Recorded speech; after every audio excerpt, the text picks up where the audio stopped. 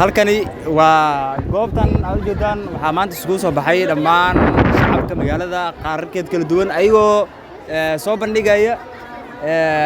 xuska iyo weynaynta nabiga sallallahu alayhi wasallam goobtan aad u joogtaan ay isugu soo baxeen culimadiin iyo dad kala duwan waxaa lagu soo bandhigayaa weynaynta iyo maxabada iyo rasuulka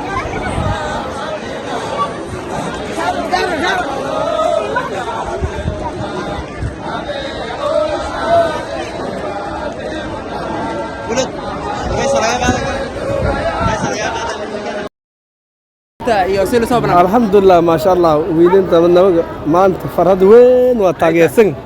الحمد لله أنت ضد إني صوبنا بحنك ورنا ونبي جعل الحمد لله نعمة أفضل أصدر استوى الحمد لله إليه نوحي ما شاء الله الحمد لله خير برواقل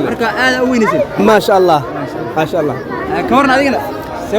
السلام عليكم طبعا سلام يا dadka dhageysanaya meel kasto joogan صح madax xigta waxaan isku imaanay halkan weyneyn aan weyneynayno dhalashada nabiga calayhi salaatu wasalaam waxaan aad ugu bogaadinayaa muslimiinta dhammaan meel kasta joogaan waxaan hadda maartay inay nabiga weyneeyaan midda labaad mahad waxaa iska leh maamulka degmada Doolow Adow oo ka soo shaqeeyay inay maaragtay maanta ay ammaanka ay sugaan oo maaragtay si fiican ay maaragtay ay noogu shaqeeyaan ayaa mahad iska leh mahad labaad waxaan halkaan maaragtay u imaanay inaan nabiga aan ku salino aan maaragtay nabiga weyneyno shacairta islaamka aan muujino waxaan leeyahay insha Allah taala mawlidkan mawlidka xigo barwaaqi bashbash in Ilaahay nagu gaarsiiyo ayaan rajeynayaa insha Allah taala halkii meeshaan ku soo gaabinayo assalamu alaykum warahmatullahi maanta ka waran sawarta banaanbaxa mawlidkii bisha maanta banaanbaxa mawlidka waxaan u arkaa aad iyo aad baan horta u faraxsan waxaan u aragnaa farxad fara badan iyo noo tahay maadaama maalinka nabiga dhashay calayhi salaatu wasalaam inaan weyneyno oo dad intana iskugu soo baxaan farxadda anadu lama qiyaasi karo ma sha Allah aad aan weynay ka waran si dadkan ay u soo banaanbaxeen iyo ka waran balse sawarta waxaan ma weynaysaa adig aad iyo aad qalbigayga aad ugu weyn tahay waxa raqbada igu kiciyay oo ka sii daran dadweynaha asna aad u soo baxay dhowr labada jinsi dadka ka koobnaaba rag iyo haweenba iyo ciyaal iyo dad waaweyn dhammaan la iskugu imaaday marka waxa laga qaadanaya nabiga aad u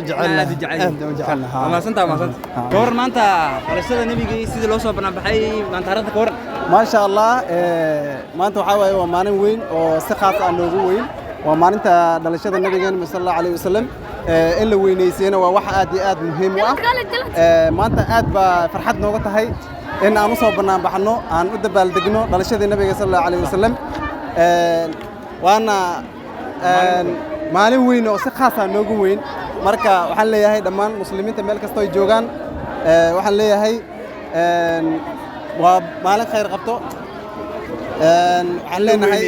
inaan la weyneeyo dhalashada nabiga sallallahu alayhi wasallam ayaan leenahay marka waa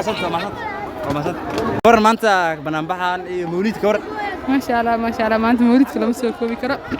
فرحتي سمعت وقعت ما دام ما أنت نبي الشيء ما شاء الله ما أنا سوى كوبي كرا كان تعلقنا صوب رحان ستفلس محبة واي مرة محبة هي سيد أما محبون سنبي أو محبون سيد واحد كستوى سمعين كرتا نفتح حتى أوهر كرتا سوى ما قلوا مكا ما دام مود سان كتر سنة هاي أوجي سو صوبنا بحنا ها ما شاء الله نبي أنا لو جعلني ها ما شاء الله لو جعلني